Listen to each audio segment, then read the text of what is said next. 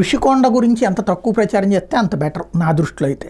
ఏదో ఋషికొండ మళ్ళీ రోజు స్టోరీలు రాసుకొస్తున్నారు, విలాసాల ప్యాలెస్లో విచిత్రాలు ఎన్నో, అదేం జగనేం పట్టుకుపోలే, జగన్కేం రాసి లేదు, అది ప్రభుత్వానికే కట్టింది. ఇప్పుడు అక్కడ కడుతున్నాం మనం ఏది ఎమ్మెల్యేస్ క్వార్టర్స్ అని చెప్పేసి, కలెక్టర్ల క్వార్టర్స్ అని చెప్పేసి, ఇవన్నీ వాటికి ఏం చేస్తాం? నార్మల్గా రోడ్డు పక్కన దొరికేటటువంటి సామాన్లు ఏంది ఏం కదా. ప్రభుత్వం అంటే స్ట్రాంగ్గా ఉండాలనుకుంటాం, క్వాలిటీతో ఉండాలనుకుంటాం, తక్కువ ఖర్చుతో ఉండాలనుకుంటాం. ఋషికొండ కన్స్ట్రక్షన్ తక్కువ ఖర్చుతోనే జరిగింది.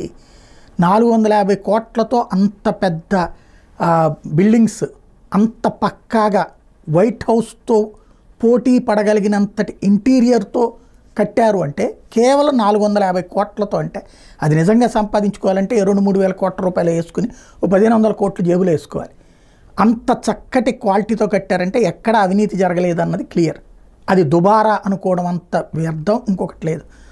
అమరావతిలో జగన్ గట్టిచ్చేది, అదే చంద్రబాబు గట్టిచ్చేటటువంటి దుబారా అని జగన్మోహన్ రెడ్డి చెప్పిన, జగన్ విశాఖలో గట్టించిన దుబారా అని చెప్పి చంద్రబాబు చెప్పిన, అవి కేవలం రాజకీయ అంశం మాత్రమే.